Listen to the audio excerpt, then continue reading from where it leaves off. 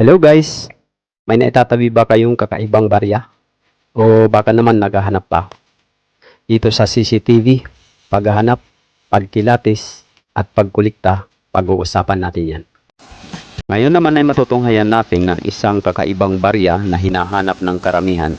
At kung sino man ang naghahanap sa baryang ito, gusto ko lang ipaalam sa inyo na hawak na ni CCTV ang isa sa mga ito. Ang nakikita niyo pong barya ngayon ay 1 piso. Kung ano man ang mga katangian ng baryang ito, panoorin natin.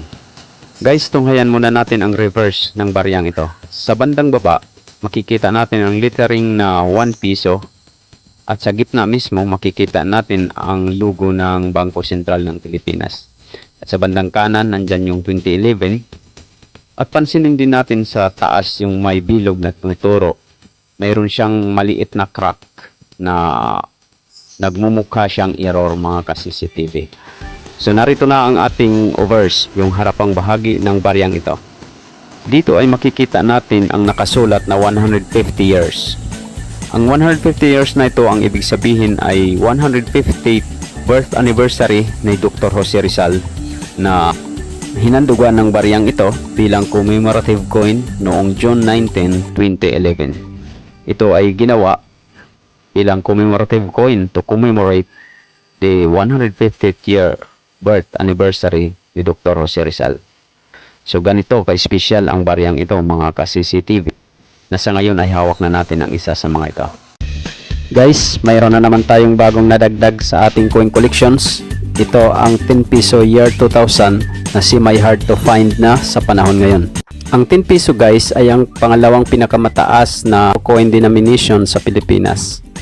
So itong hawak natin ngayon ay year 2000 na bihira na lang makita natin sa sirkulasyon.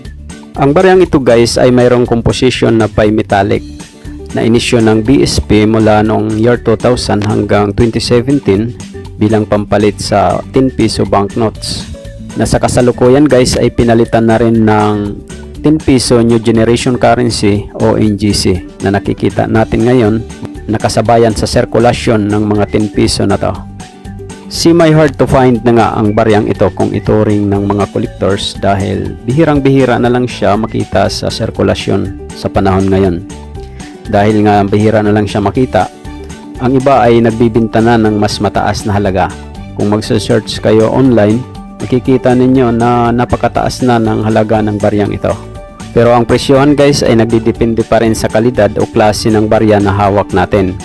Tulad nitong hawak ko ngayon, medyo maganda pa yung kanyang kalidad guys dahil wala pa siyang masyadong gasgas pero circulated na po siya.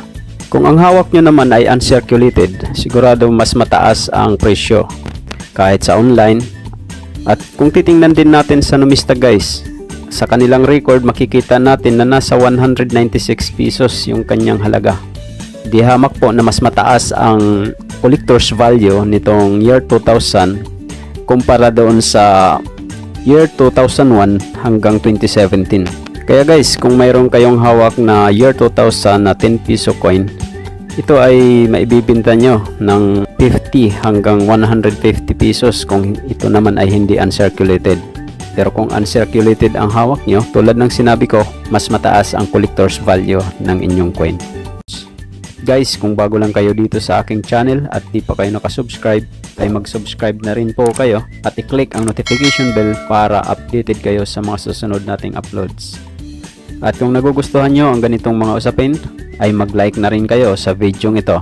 At laging tatandaan, ang barya ay mahalaga at dito sa CCTV, ito ang bida.